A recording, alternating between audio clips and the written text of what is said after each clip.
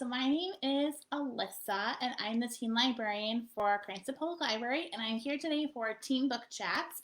And today we are going to talk about some of my favorite middle grade and YA books in verse. So a book in verse is a book that is written to look like a poem, but instead of it being, like one short poem, the entire story is told through poems. So the first one that I want to share today is called White Rose, and that's by Kip Wilson. And White Rose tells the story of Sophie Skoll, who is a very real person from history. She was a Nazi resistor, and she was executed for resisting the Nazis.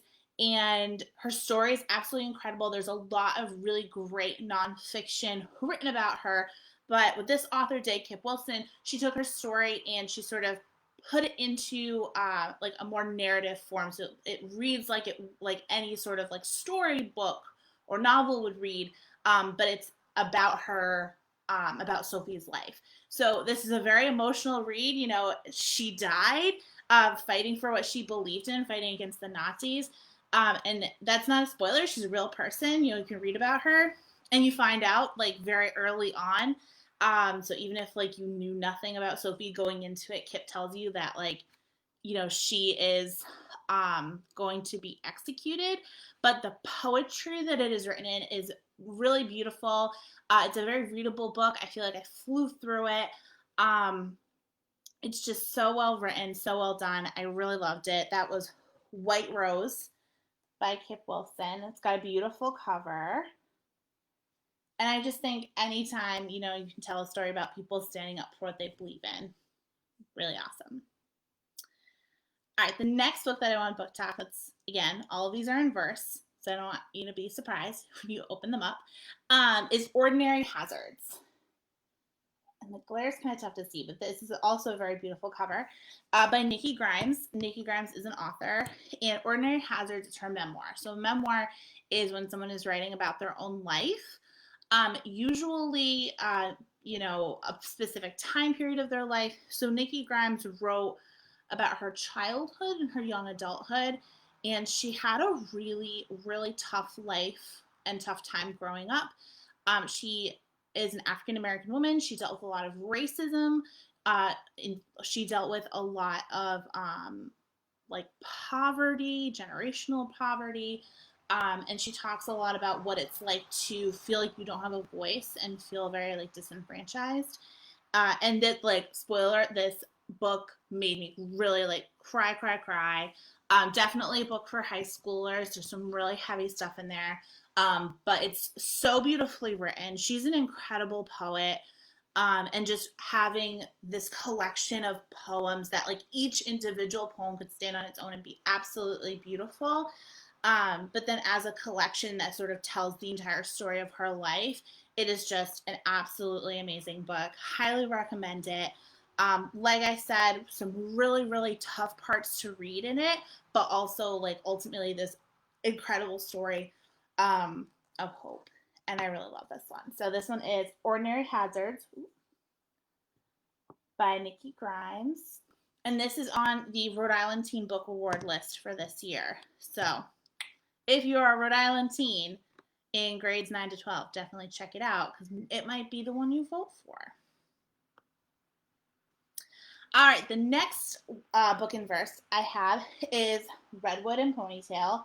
I wish I had the actual books to show you because I feel like the color and the glare does not do these covers justice. This is one of my favorite covers, one of my favorite books I read this past year. Redwood and Ponytail is it's kind of right on the cusp between middle grade and young adult. The characters I think are in 7th grade, but it's definitely one of those books that I think a 6th grader to a 9th grader, maybe even a 10th grader would really enjoy.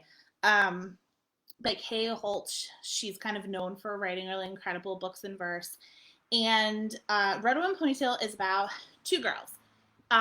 Tam, who's Redwood, because she's really, really tall, really athletic. And then there's Kate, who is nicknamed Ponytail because she's a cheerleader, so she wears her hair in a really high ponytail. And they kind of become unlikely friends. And through the course of the novel, they realize that they might be more than friends.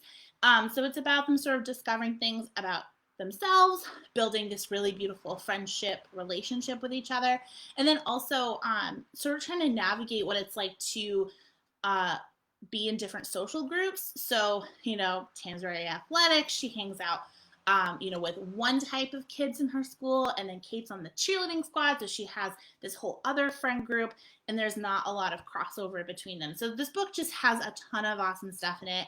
It also uses this thing you might not be familiar with, like the Greek chorus. So there's these sections in it where the Alexes, which is like this group of kids in their school who all are named Alex with different spellings, are sort of like narrating what's going on in the story. So that's kind of like a neat little extra thing.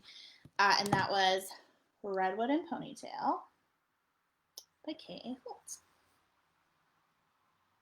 All right, this next one is middle grades and middle schoolers. This is an awesome book. This was on last year's Rhode Island Middle School Book Award list, and it is Lifeboat 12. Historical fiction set in World War II, but this story very different than the White Rose story. This one is about a ship that was leaving Europe with a bunch of children trying to escape the war. And I believe they're headed for Canada, also based on a true story. And their ship gets bombed in the Atlantic Ocean, and they all end up in lifeboats, just floating out in the ocean, hoping that someone will rescue them. So if you really like survival stories, if you really like World War II stories, there's a lot of action, a lot of suspense, but also just a lot of really great friendships and relationships that develop while they're trying to survive this pretty intense ordeal. The author, I heard the author speak at a conference last year, and she did a lot of research for this book. She actually had to talk to some survivors from this, this bombing of the boat, and it's so well done, and also just hearing about all of the work that went into researching it was really cool. So that was Lifeboat 12. All right, so the next book is called Manning Up by B Walsh. This is another high school book.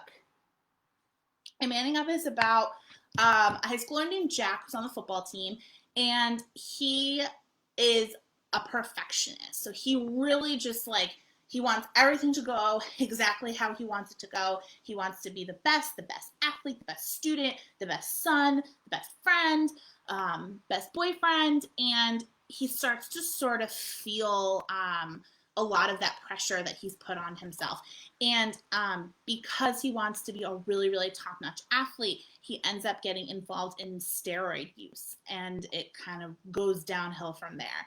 And I think this is a really interesting book because it deals with body dysmorphia for a high school athlete who the part of why he gets involved in steroid use is that he feels like he's not muscular enough, he's not athletic enough, and he has some pretty serious repercussions. So I think it's a really interesting perspective, not something that I've read in a ton of books. I think there's another book. It's something David Espinosa that deals with like a similar issue. And I really thought it was a great book, very quick read, and not really a perspective that I personally had read about before. So that is Manning Up. All right, the next one is a middle school book. This is on the current Rhode Island Middle School Book Award list, and it is Other Words for Home. It was a Newbery Honor book. And Other Words for Home by Jasmine Warga is about a Syrian refugee named Jude. So she flees Syria because it's very dangerous, and comes to America, and she's living with part of her family and then, part of her extended family. And so it's about her trying to navigate like a new culture and a new school system and also sort of have to figure out, how to live with these family members that she hasn't like seen or interacted with in a really long time. So super well written, very engaging. Jude is just a really great character. She's very earnest, and just watching her, sort of navigate the American school system as someone who didn't grow up here. I just think that she has a really great perspective on what it's like, to be a refugee and to be an immigrant. So, and it's got a beautiful cover. So that was Other Words for Home. And then last but not least, one of my absolute favorite novels and verses is a high school book. It's called The Poet X. Absolutely love this book by Elizabeth Acevedo. This was on the Rhode Island Teen Book Award list for last year. And I believe, I can't remember, it might have been on the Latino Books Month RI list, but I'm not sure. But it's gotten a ton of awards, been on a ton of lists. Everything Elizabeth Acevedo writes is amazing. But The Poet X is about Xiomara, who is a high school student who is trying to figure out how to balance being true to herself. She's going to a school, and like a high school in New York City, and her home life is very strict. She's Latinx, and she comes from a home that is very religious. Her parents are first generation, and so they have just very different expectations about what Xiomara's life should look like versus what Xiomara really wants for herself. So it's really about her sort of figuring out how to communicate with her family, how to be true to herself, and how to find her voice. And so this is written in verse, obviously, like in poetry form, but it's supposed to sort of mimic this poetry journal she keeps herself. So she herself is like writing the poetry that makes up her story, and it's incredibly powerful and beautiful. And if you look up Elizabeth Acevedo as a spoken word poet, in addition to being a writer of novels, and her like YouTube videos of her with her spoken word poetry is just absolutely amazing. She's wonderful. Love, love, love. So that was The Poet X.